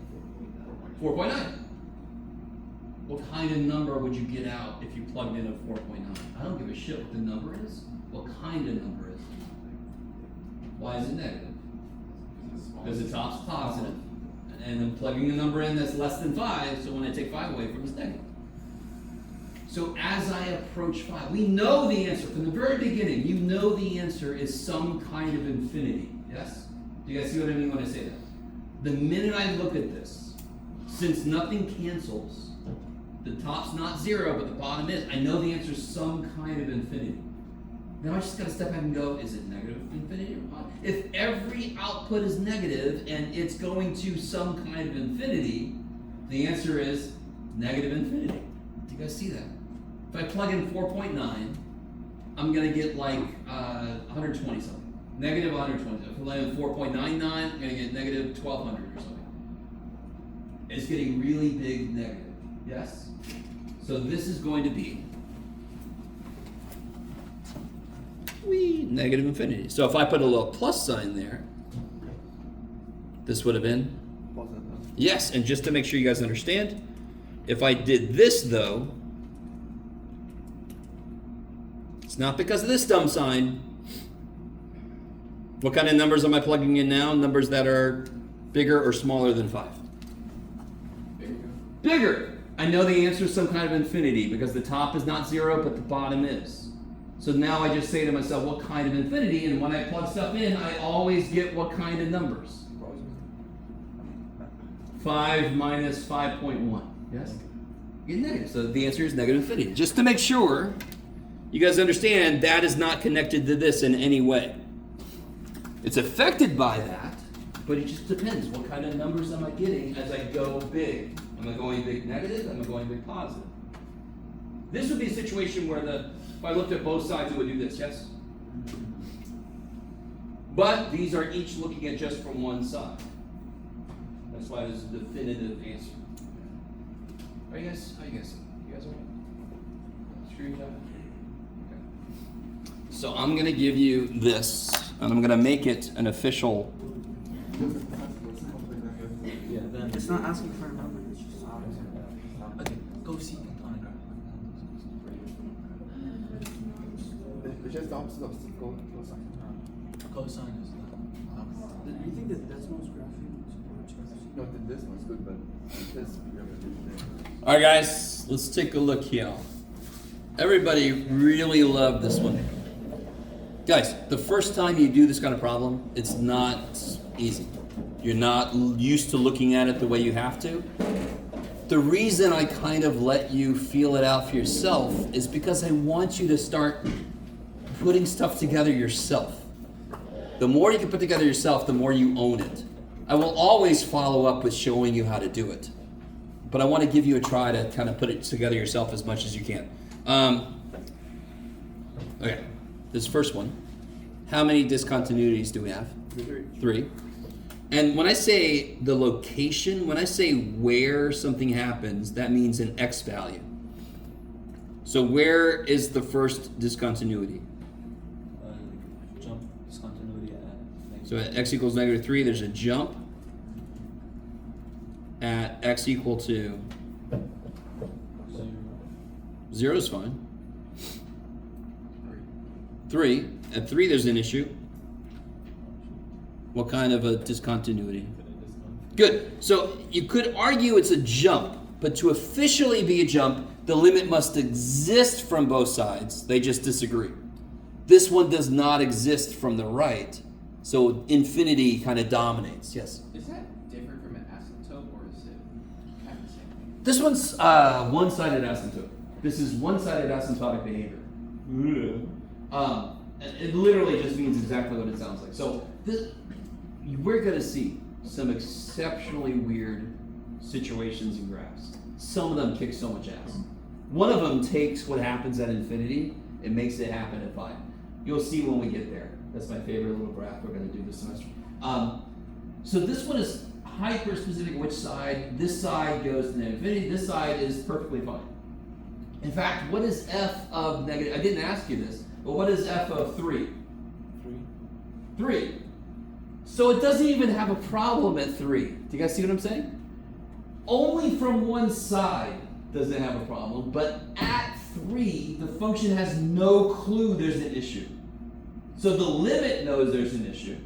The limit doesn't exist here. It's an infinite discontinuity, but the function is like, the output's 3. What are you talking about? It's fine. Because the function only knows what's happening at individual places. The limit only knows what things are going towards. Okay. So this is an infinite discontinuity. And then what about at x equal to removable. Oh wait, x equals 6. 6? There's a removable. So I was trying to say this to more, I don't know if this would help. I think the road thing helps. If the roads agree, it's at most a removable discontinuity. Do the roads here agree where they're trying to go? Yes, so that's removable. Do the roads here agree on what they're trying to get to? That's jump. So this is not jump because that. Because again, discontinuities have to do with limits. Limits don't give a shit what's happening at the location. So this is a removable discontinuity because if I just would have put that there, it would have been fine. That's removable. Can I remove this issue with filling a point in? No. I can't remove that issue. The roads are in the wrong place. That's a bad sign. Come around the bend, laying the road down. What are you guys doing over there? Oh, shit. All right. It's just for me. This one. Okay, this was everybody's favorite. Everybody just loved this one.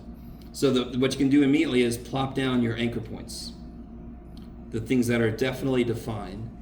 Now here's the trick. Here's what I was trying to get around to every group to talk about. What's that first limit say? The first limit we hit. Let's go along that first row. What's it say? Approaching 2. As I let the inputs approach 2, Zero. outputs approach 0. So already I know where to put the open circle. If I only have limit information, it is going to be an open circle. Why? What do limits not know or care about? What's happening at the point. So if I only had limit information, it's always going to be an open circle because it says nothing about what's happening there. So I know I'm approaching the point 2, 0. I can see that. 2, 0. So I'm going to put an open circle here. This missed. Bless you. And then what I would do, does it say from above or, I'm sorry, from the left or from the right? No. So then I would do this. Wee, wee. You can put it up, you can put it down, I don't give a shit. So there's as many different answers as there are people in this room. They're going to have certain aspects the same, but the way you connect things could be totally different. You can get all freaky about it, or you can make all the lines straight. I don't know. What do we got here next? At 5, what's supposed to be happening? Negative. Yeah, and does it say from the left or the right? No. So you better do this from both sides. Yes? Yeah. So if you only do this, and this is on a test or a quiz, you're going to lose points. Because then you're telling me that it's only from the left. But this says from both sides. We are. Okay. And then this guy says, as I approach 0 from the right, I go to -1. Yep. And as I approach 0 from the left, I go to +1. Yep, I'm going to do just that. Is that cool? And then this last one says, as I approach -3 from both sides, I better be going to 2. And what happens to be there already? So it's just like this one, except what's already there is so I'm supposed to be approaching 2 from that side and approaching 2 from that side. So I'm almost certain nobody had exactly the same picture I made. But everybody's picture roughly looked like this, yes? Okay. So you can get creative about it, or not, because they go straight on here. You guys kind of with me? Sort of? Now that's not an easy problem. But this is the example about if you know something, you do it backwards and forwards. So this is the backwards. Okay. Not the backwards, sorry. It's a good movie, you should watch it. Okay. What about this one? Now, unfortunately, I understand, because we did an example where I graphed it, because that was the question. This one doesn't need you to graph. There are 2 places a piecewise function can be discontinuous. One of them should make immediate sense. It's the handoff. So if one function is running along, and then it reaches back, if the other function doesn't agree with it, that's not going to work. They're probably not going to place. They're not going to get in the middle. Okay, you guys with me? So what can I check to see if that's okay? Where are the 2 locations that it could have a handoff that didn't work? -1. Does everybody understand what I mean by handoffs? So one function exists up to -1, and then it hands off to the next function, yes? So how can I check if that handoff went well at -1? What's g of -1? Well, let's do it like this. What's the limit as x goes to -1 from below? Oh shit! Which function am I going to use to do this? I'm going to -1 from the left. I'm going to use this one. So if I plug a -1 into that, you're not going to believe it, I get -1. What's the limit as x goes to -1 from the right of g of x? 1 over -1, which is -1. These agree. So is it discontinuous at -1? No. Nope. They fill each other in. Okay. What about at 1? I'm not going to be as precise. I'm just going to say at 1, it's 1 over 1 on one side. And what is it on the other side? 0. These disagree. So it's discontinuous at 0. discontinuous at x equal to 1. Yes? It's discontinuous. What input did we use there? 1. Why did we use an input of 1? Because that's where the handoff happened. I wanted to see if they actually handed off. So I got one place of discontinuity. Go ahead, so far. Isn't there another? There is, so the first type is, do they hand off to each other well? One of them did, the other one didn't. The other type is just individual functions could have issues. Does x have an issue? No, I can plug whatever I want to in x. Does 1 over x have an issue? Yeah. Where? And the 0. 0, so that's another discontinuity. Yes? X equal 1, x equals 0, 1 over x issue.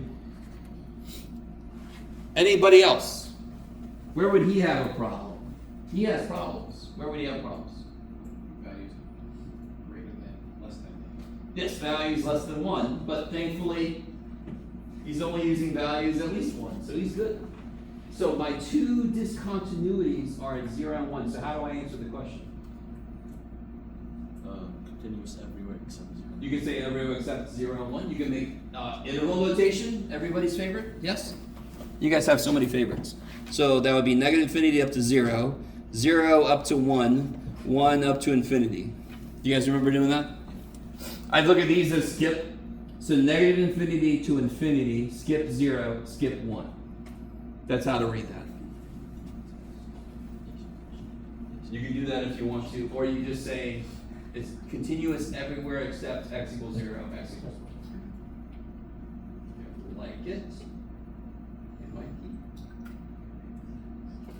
Okay, and then we have these guys. Now this one, I don't blame you. I really don't. Some of you guys were graphing this and trying to figure out what the hell the graph meant. Don't overthink it. Why did I put a plus on the 2? Oh, because it's natural log. Okay. If I put a number below 2 in, what kind of number do I get inside of the natural log? Negative. Alright. So that's explaining why I had to put a plus on the 2. What is the inside of that natural log doing as x gets close to 2, it's getting close to It's negative. 0. It's getting close to 0. And what does natural log do when its inside gets close to 0?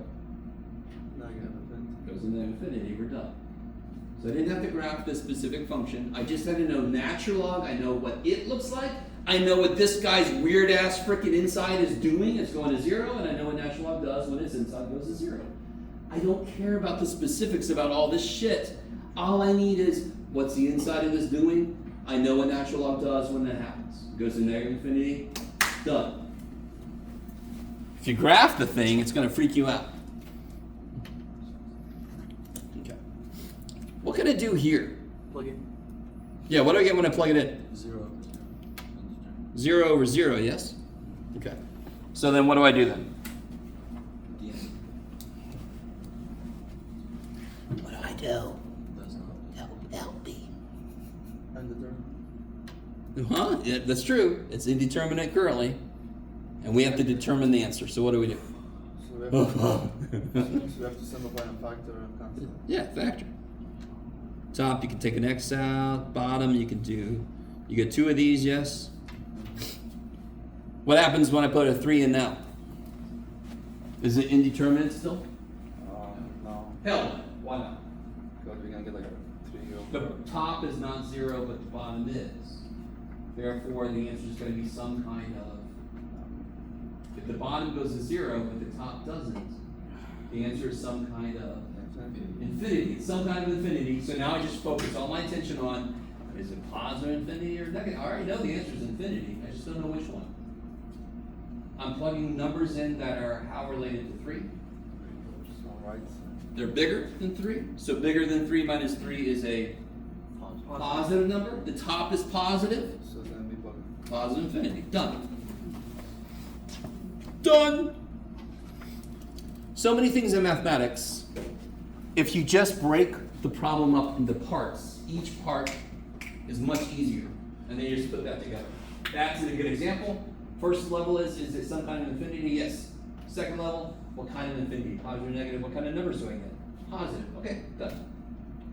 And then part C is a fantastic trig. Yay. What quadrant am I coming from?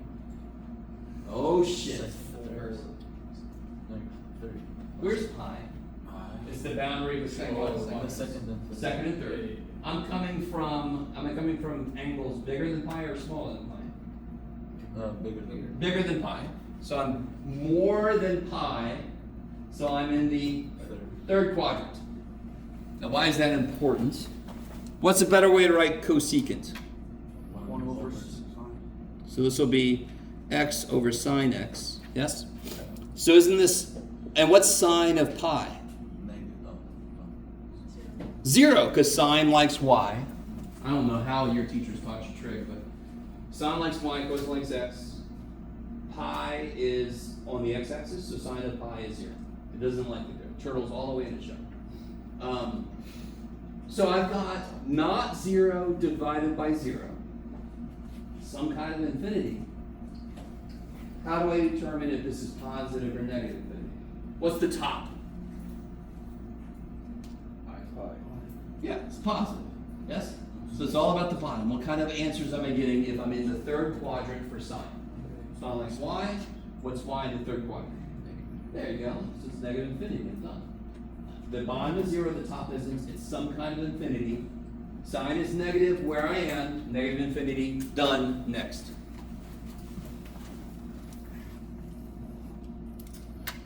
Maybe? Screw you, Jeff? Now listen, I gotta be really careful. I've got two things I need you to understand.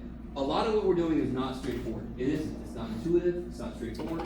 At the same time, I try to show you how it's not as evil as it first seems. You can reason this stuff out.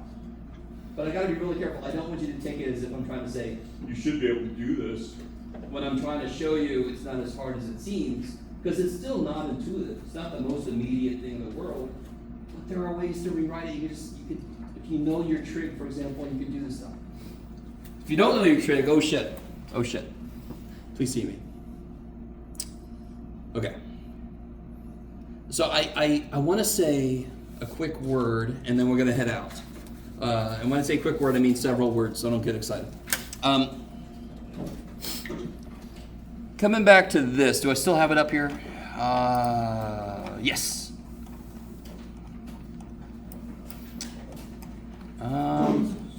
Do I want to use this one or this one? I don't know. Yeah, I can use this one. That's fine.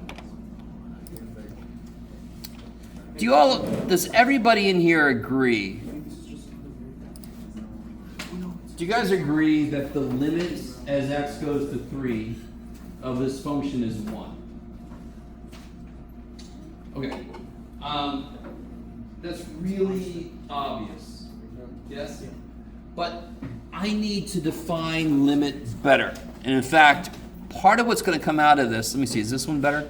Yeah, this one's a little bit better. Yeah, because that doesn't even work. Okay, real quick. Let me do something real quick. What was this? 1, 1.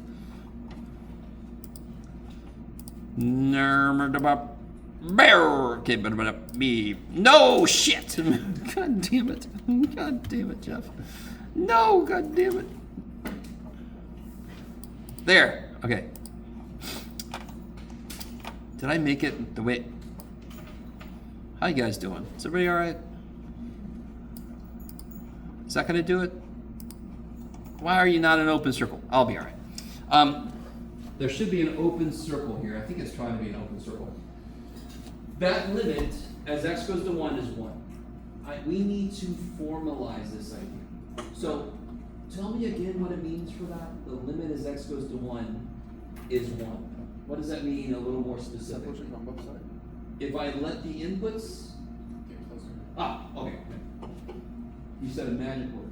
Close. Have we defined what close means? What is close? Would you say that 1.001 is close to 1? Yeah. Some people, like me included, would say that's nowhere near close to 1. That is miles away from 1. Could you get much closer to 1? So do you understand how in certain situations, 1.001 is nowhere near 1. That is light years away from 1. But in other situations, if I got $1 and you got $1.01, you get the same amount of freaking money. And they go, oh my god, I got so much money. No, you guys with me? So it's dependent on situation, but we still have to formalize what close means. And a lot of times, I don't get a chance to talk about this next section. I am definitely going to talk about this next section, because if we talk about this next section, a lot of stuff that's going to come up later this semester is going to make a lot more immediate sense. If we can formalize what the word close means. Are you starting to understand that close is way too big? Yes? Close is way too big of a term. So we are going to, tomorrow, that's the magic word. Some people are packed up. Tomorrow we are going to get into that idea of what close means. It's the other side of the handout we just did. So if you want to kind of look at that, you can. It's probably going to freak you out a little bit. By the way, continuity was section 2.5. We'll come back tomorrow and do 2.4. What's happening Thursday? That's chapter 1, 2.2, 2.3. 2.1 we did today, so I'm going to give you a little bit of time to do that homework. Come tomorrow with homework done with questions, please. Please. Okay. So you say yes,